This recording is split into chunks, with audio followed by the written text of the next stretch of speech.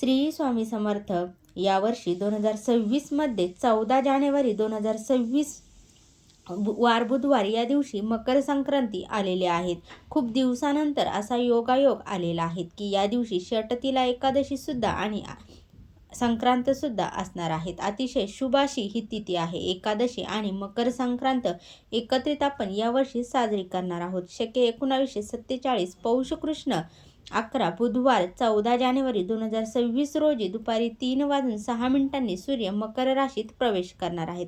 बघा, आपण संक्रांतीचा पुण्यकाळ काय आहे ते बघूयात. तर 14 जानेवारीच्या दिवशी दुपारी 3:06 पासून सूर्यास्तापर्यंत म्हणजेच 6:20 हा पुण्यकाळ जो आहे तर तो असणार आहे. तर यावर्षी संक्रांत आणि षटतिला एकाच दिवशी आल्यामुळे आता आपण काय करावं तर हीच माहिती मी या आजच्या व्हिडिओमध्ये तुम्हाला सांगणार आहे. तर बघा, अनेकांच्या मनात एकच प्रश्न निर्माण होतो की आपण आता काय करावं, उपवास कोणाचा करायचा, दान कशाचं करायचं, पूजाविधी कशी करायची. षटतिला एकादशी म्हणजे षट म्हणजे 6 व तिला म्हणजे तीळ असल्यामुळे आपण 6 प्रकारच्या तिळांचे दान हे कशा प्रकारे करू शकतो तर या सगळ्या प्रश्नांची आज तुम्हाला मी माहिती या व्हिडिओमध्ये सांगणार आहे. तर बघा, संक्रांत म्हणजे काय. संक्रांत म्हणजे सूर्यदेव धनु राशीतून मकर राशीत प्रवेश करतो तोच हा दिवस असतो.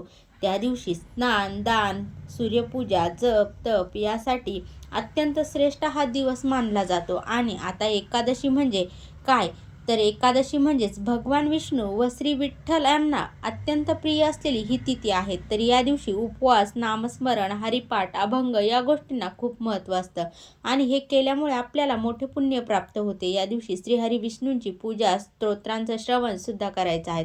सकाळी लवकर उठून स्नान करा. या दिवशी विष्णू सहस्रनामाचे पठण किंवा श्रवण करा.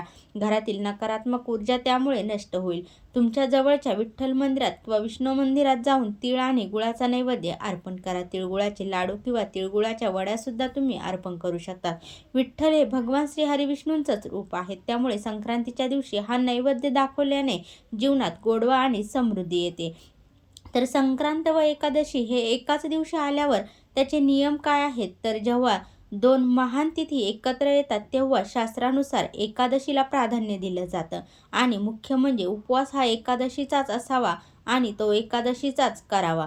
संक्रांतीचे दान व पुण्यकर्म एकादशीच्या नियमात आपल्याला बसवायचे आहेत. आता हा उपवास कसा करायचा आहे तर तुम्ही निर्जळ उपवास करू शकत असाल तर तो उत्तमच, सर्वोत्तम आहेत. पण शक्य होत नसेल तर फक्त फलाहार आपल्याला करायचा आहे. तांदूळ, गहू, ज्वारी, बाजरी टाळावीत. साबुदाणा, फळे, दूध, ताक हे मात्र चालते. दिवसभर रामकृष्ण नामाचं नामस्मरण करावं. पांडुरंग विठ्ठलाचा जप करावा. हरिपाठ म्हणावा. पूजाविधी कशी करायची तर ते बघूया आपण. सकाळी सूर्योदयापूर्वी आपल्याला स्नान करायचं आहे. सूर्यदेवांना अर्घ्य द्यायचं आहे आणि देवाची पूजा करून आपल्याला देवघरात दिवा लावायचा आहे. नंतर श्री विठ्ठलाची आणि विष्णूंची पूजा करायची आहे. तुळशीपत्र आपल्याला अर्पण करायचे आहेत. पंचामृताने आपल्याला अभिषेक अर्पण करायचा आहे आणि संध्याकाळी दीपदान, हरिनाम, जप, अभंग, कीर्तन म्हणायचे. आता बऱ्याच जणींना असा प्रश्न पडतो की मकर संक्रांतीला सत्यनारायण करा असं म्हणतात, मग आता एकादशी आली तर काय करावं तर एकादशीच्या दिवशी सत्यनारायण पूजा करणे अत्यंत शुभ मानलं जातं. भगवान विष्णूंचाच एक अवतार असलेल्या सत्यनारायणाची पूजा एकादशी तिथीला केल्यास त्यांचे विशेष आध्यात्मिक लाभ आपल्याला मिळतात.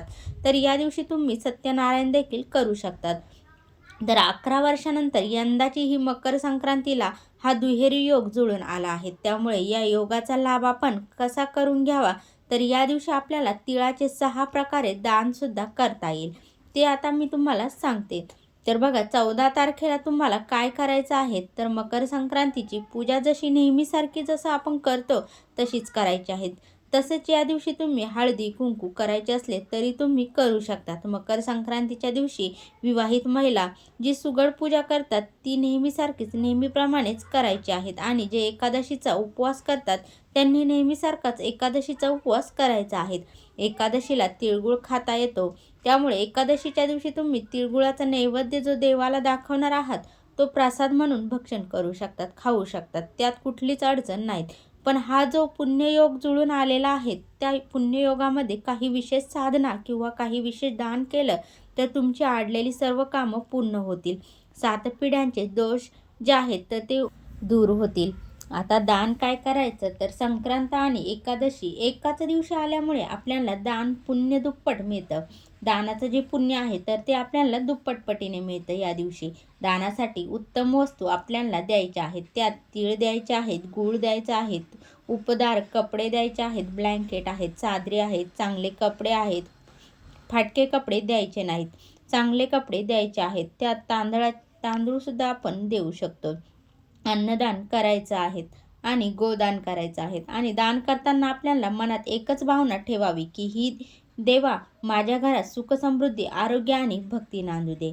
आणि सगळ्यात महत्त्वाची गोष्ट म्हणजे या दिवशी केलेला उपवास 1000 एकादशीचे केल्याचे पुण्य आपल्याला देतो. म्हणजेच मकर संक्रांतीच्या दिवशी जर एकादशी आली आणि तो उपवास आपण केला तर आपल्याला 1000 एकादशी केल्याचं पुण्य मिळतं. मग या दिवशी काय करू नये, तर आपण जो मांसाहार आहे तर तो टाळायचा आहे.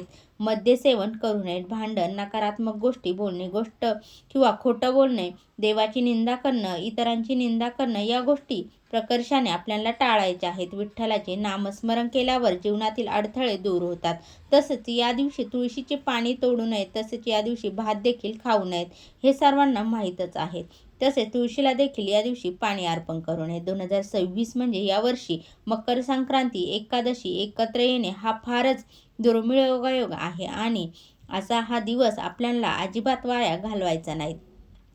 नामस्मरण, उपवास, दान व भक्तीने आपले जीवन पवित्र करायचे आहेत. आता ज्यांना उपवास करणं अजिबात शक्य नाही होत, जर होतच नसेल तर जमतच नसेल उपवास करायला, तर संक्रांतीच्या दिवशी जेवणात नेमके काय बनवावेत ते बघूयात. तर सगळ्यांनाच उपवास करणं शक्य होत नाही, तर मग संक्रांतीच्या दिवशी कोणते पदार्थ आपण खाऊ शकतो ते आता आपण बघूयात. तर बघा, कोणते पदार्थ शुभ मानले जातात आणि कोणत्या पदार्थामागे धार्मिक व सांस्कृतिक महत्त्व आहे ते पण मी तुम्हाला सांगणार आहे. पण संक्रांत म्हणजे नुसता सण नाही, तर ऋतुबदलाचा, दानधर्माचा आणि गोडवा वाढवणारा हा दिवस असतो. बघा, षटतिला एकादशीच्या दिवशी सुद्धा तिळाचं फार मोठं महत्त्व असतं. नावातच तिळाचे महत्त्व आहे. त्यामुळे मग तिळाचा 6 प्रकारे वापर करायचा म्हणजे नक्की काय करायचं, तर तिळाचे स्नान, तिळाचं उठणं, तिळाचं होम, तिळ तर्पण, तिळाचं दान, तिळाचं भक्षण, असं 6 प्रकारे तिळाचा वापर केल्याने आपल्याला पुण्यफल प्राप्त होते. तर आता पहिलं म्हणजे जे दान आहे तिळाचं, तर ते म्हणजे तीळ लेपन. तर मकर संक्रांतीच्या दिवशी जेव्हा लवकर उठतो, आंघोळ करतो, तर आंघोळ करण्यापूर्वी शरीराला तिळाचं लेपन करायचं आहे. म्हणजेच अंगाला तिळाची पावडर करून ते उठणे लावायचे आहेत व आंघोळीच्या गरम पाण्यामध्ये आपल्याला पांढरे तीळ टाकून मग त्या पाण्याने स्नान करायचं आहे. त्याच्यानंतर दुसरे जे तिळाचं दान आहे ते म्हणजे तिळ तर्पण. एका तांब्याच्या भांड्यामध्ये पाणी भरायचं, त्याच्यामध्ये पांढरे तीळ, हळदी कुंकू, फुलं, अक्षता, थोडासा गूळ, अशा या संपूर्ण मिश्रणात पाण्याने आपण जे पाणी आहे तर ते मिश्रण करून सूर्यदेवांना अर्घ्य द्यायचं असतं. अर्घ्य देताना ओम गृणी सूर्याय नमः हा मंत्र म्हणावा. त्यानंतरचे तिसरे दान दक्षिण दिशेला तोंड करून आपल्याला पितरांच्या नावाने अर्घ्य देता येतं, पण याला शब्द आहेत तीळ तर्पण. त्याच्यानंतर तिळाचं चौथं दान म्हणजे तीळ होम. तर या दिवशी आपण आपल्या देवघरातल्या देवी देवतांची पूजा करतो, तर त्यांना सुद्धा स्नान आपण तिळाच्या पाण्याने घालू शकतो. त्याचबरोबर एका पंतीमध्ये थोडेसे तांदूळ, त्याच्यामध्ये थोडेसे पांढरे तीळ आपल्याला मिक्स करायचे आहे. त्याच्यामध्ये आपण 1-2 कापूरवड्या ठेवून शकतो आणि हा कापूर आपल्याला पेटवून द्यायचा. तर आपण या अशा पद्धतीने तिळाचा होम करू शकतो घरामध्ये. त्याच्यानंतर पुढचं जे तिळाचं दान आहे ते तीळभक्षण.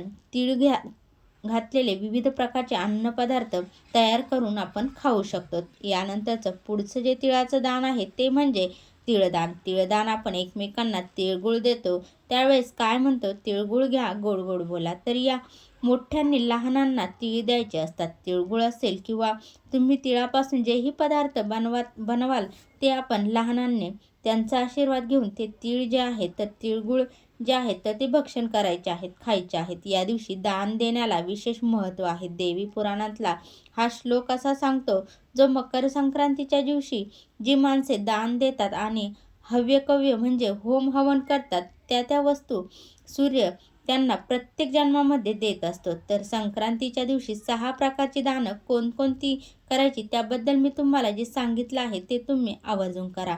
आधुनिक काळामध्ये दान, विद्यादान, श्रमदान, रक्तदान, वस्त्रदान, अन्नदान, नेत्रदान याही गोष्टींचा समावेश आवर्जून व्हायला हवा. मकर संक्रांतीला सूर्य धनु राशीतून मकर राशीत प्रवेश करतो आणि हा दिवस उत्तरायणाची सुरुवात मानली जातो. याच दिवसापासून थंडी थोडी थोडी कमी होऊ लागते आणि दिवस तिळातिळाने मोठा व्हायला लागतो. म्हणूनच डिसेंबर जानेवारीमध्ये शरीराला उष्णता देणारे पदार्थ आपण खात असतो, गोड बोलण्याचा संकल्प करत असतो.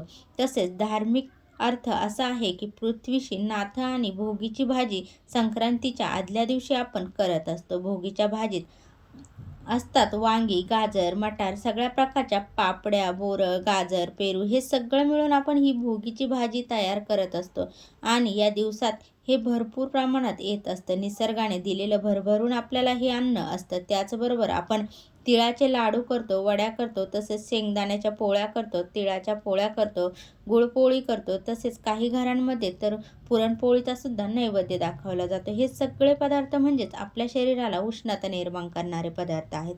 म्हणूनच आपण त्यांचा वापर भरभरून करत असतो आणि तो नक्कीच वापरावा.